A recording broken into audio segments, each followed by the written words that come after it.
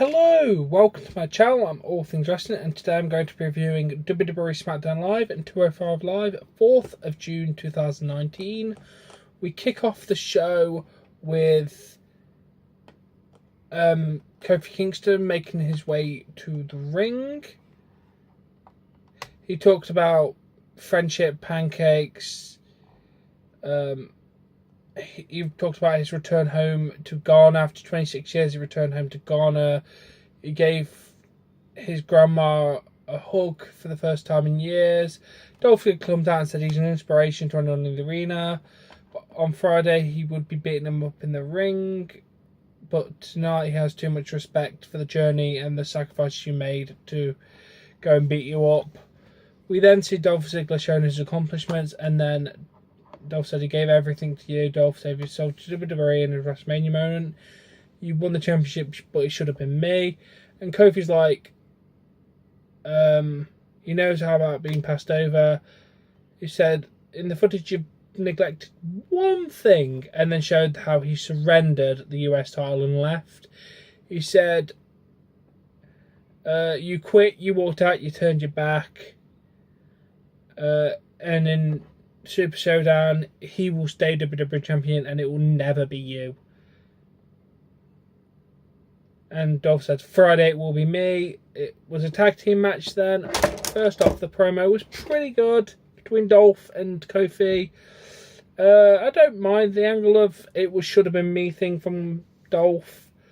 Kofi's playing a respectable babyface champion, which I like. His run's been pretty decent, and this Ziggler rivalry's not doing bad, actually. The overall promo segment gets a 7 out of 10. We then go to the match. Zayn and Owens versus Kofi and Xavier. Owens grabs Kofi legs, Woods with a clothesline off the steps, Kofi with a thrust kick, Trouble in Paradise for a 3 count. After the match, Ziggler comes into the ring, super kick to Kofi, super kick to Woods. Very nice little sending a message for Friday. The match was okay. Weren't nothing special. I'm just going to give it a 2.75 out of 5. It weren't nothing special. Then we see Shane in the back. He says people think he brutalised Roman last night to soften up for Sunday. We see what happens. He said it came about because Roman said Shane cannot hang with him in the ring. Shane says Roman, whatever he can do, I can do better. He's going to call out Roman with a big dog or the little pup between his tail between his legs up here. 5 out of 10. We then have a moment of bliss. She brings out Bayley. Then Alexa complains about coffee. Samples the second attempt and swap that. And then Alexa just starts talking down to Bayley like, I did this, I cashed in, I won the championship, I did this better, you won the title because of me. And then Bayley's about to talk about looking forward to the future. Alexa stops and says, I'm waiting for my coffee. Bayley slaps the coffee cup away. Alexa asks if that's the type of champion she's going to be. Carmella interrupts and said, if you want to talk about former Smackdown champions or former Money in the Bank briefcase holders, you should be talking about me. Charlotte then interrupts and says she's talking to a good friend Shane and said there'll be a match to face Bayley at Stomping Grounds. Very bad name for a pay-per-view, WWE. Great balls of fire, anyone? It'll be Carmella facing Alexa Bliss and Charlotte Flair. Overall, the moment of bliss was quite good, with Bliss talking down to Bayley. I really enjoyed that. The interruptions were quite good. Gonna give it a solid 6.5 out of 10. Then Carmella's walking the back, finds R-Truth. He said he's in trouble, he has to spend it on holidays. He's waiting for Shane to call him back. Carmella gets a call from Shane. R-Truth said I must have been using your phone. Truth takes a call and be like, who is this? Oh, it's Shane! Even though we knew it was Shane, it was funny. Truth asked Shane if he wants to apologise for interrupting his night. Truth told him, is told that he'll have a standard match of right now. He wants to know who his opponent is, and he said he's on his way to the ring. yeah, that was a funny segment, especially with him not realising it was Shane, but it is Shane. It was quite funny, actually. I'm going to give the solid thing a 7 out of 10. It made me laugh. R-Truth is funny. I'm just going to say that now. R-Truth is funny. Then it's R-Truth versus Elias for the 24/7 championship in a lumberjack match. Truth with a roll-up. Elias sends Truth to the floor. Truth is attacked, sent back into the ring. Elias with a knee for a 3 count.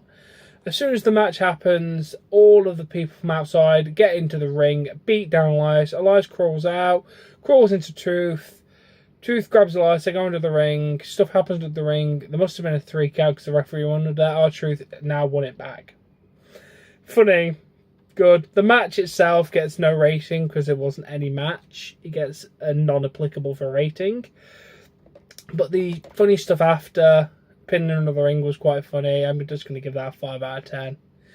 Anything that's pin related for the 24/7 championship, if it's not booked as a match, will get a segment rating, not a match rating, because they're not really matches, are they?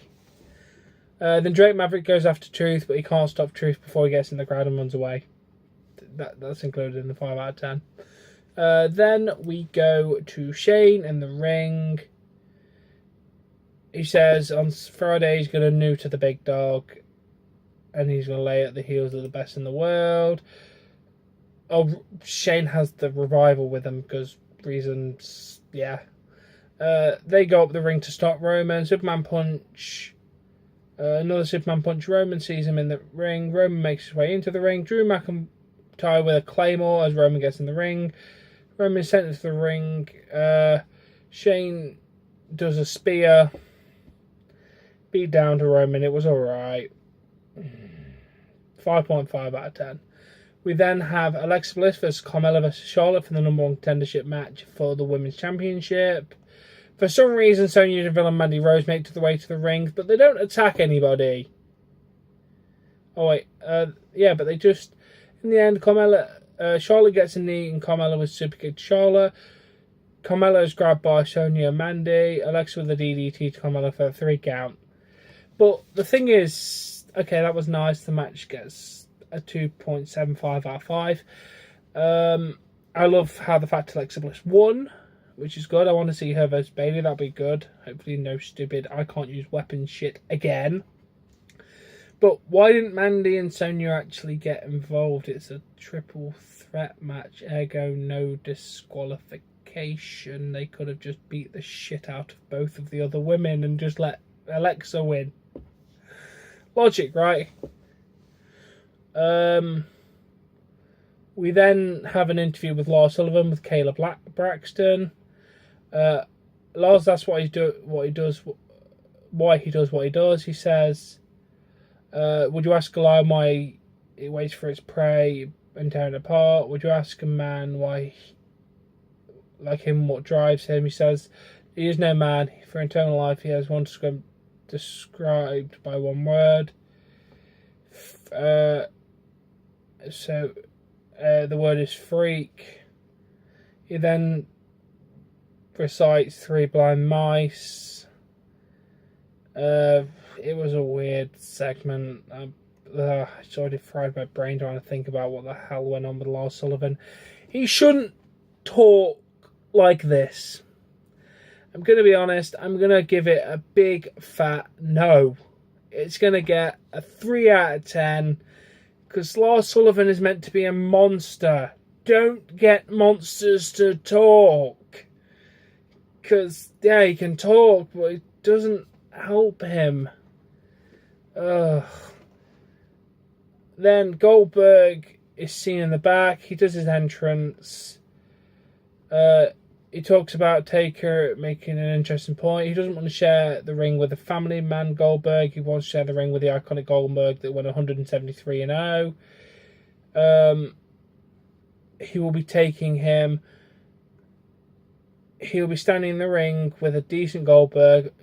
This match is going to be the ass-kicking Goldberg going against the Undertaker. Undertaker, you're next to rest in peace. Lights go out, gong. Undertaker's behind him. They stand face to face. Lights out, gong. Goldberg is standing in the ring. He said, Friday it is. Tells Taker to bring his jock strap tie. No, because it's going to be a fight. End of show. That segment was pretty good. Goldberg's talking was good. I like Goldberg. He's a good talker. He's a very intimidating person. It does build to a good contest. I'm going to give that a solid 8 out of 10. And overall, the show, 6 out of 10. It wasn't the greatest show. Let's just move on to 205 Live, which was much better. We have a match scheduled: Akira Tozawa versus Noam Dar. Drew Gulak attacks Noam Dar as he makes his way down to the ring. Drew with running knee against the steps, taking out Dar. Drake Maverick yells at Drew Gulak. Akira wants to fight him. He makes it official: Drew Gulak versus Akira Tozawa. It's a really, really damn good match. Drew Gulak hits a superplex. Yes, off the top rope. Not something that Drew Gulak does very often. Torture rack into a net breaker for the 3 count. Gulak wins. Solid, decent match between these two. Really, really good. I'm going to give it a solid 3.75 out of 5.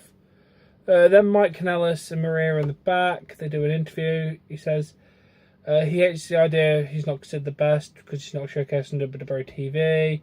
He's the best when he debuted 2 years ago. He's the best now. He proved that when he beat Brian Kendrick. He's simply better than Brian Kendrick. He said he's not going to complain. He tells Drake that he might be busy chasing other titles, but he wants Drake to send him the best cruiserweight because he's better than the best. A solid promo from Mike Kanellis. I think he's absolutely amazing. They really do need to use that guy more. Props to him. Solid promo, 7 out of 10. Tony Nese is walking in the back. He just he's going to let Drake make the decision who he's going to face. He's going to be ready because, yeah, Drake is obviously he's got Gulak in the mix now, and that is alright. And then we go to our main event. Yeah, there was only 2 matches on this.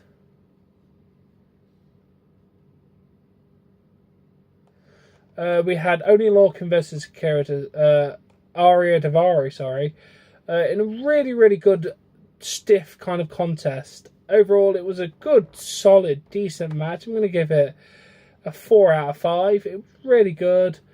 At one point, Daivari got Lorcan in a $1 Million Dream with body scissors. He refused to tap out. Lorcan gets to his feet. Daivari with a full neck Nelson into a Persian drop. Goes up, hits a frog splash, but his arm is hurt, so he kind of takes long to take cover. Lorcan with a crucifix for the 3 count. It was a good way for him to get the victory, but not make Aria look weak. It was really good. Daivari tried to attack Lorcan after the match. Only Lorcan drops down, and Daivari goes over the top rope to the floor. Overall, decent show. Showcased a few talents. I like the attack with Gulak trying to get in the title picture and that. It was really good. Really good show. I'm going to give it a solid 8 out of 10. It was a really good 205 Live. Now, anyway, I do hope you enjoyed this review. If you have, please smash that like button. Please share this around. Subscribe for more content, and I shall catch you all later for NXT and NXT UK tomorrow night, hopefully. Bye.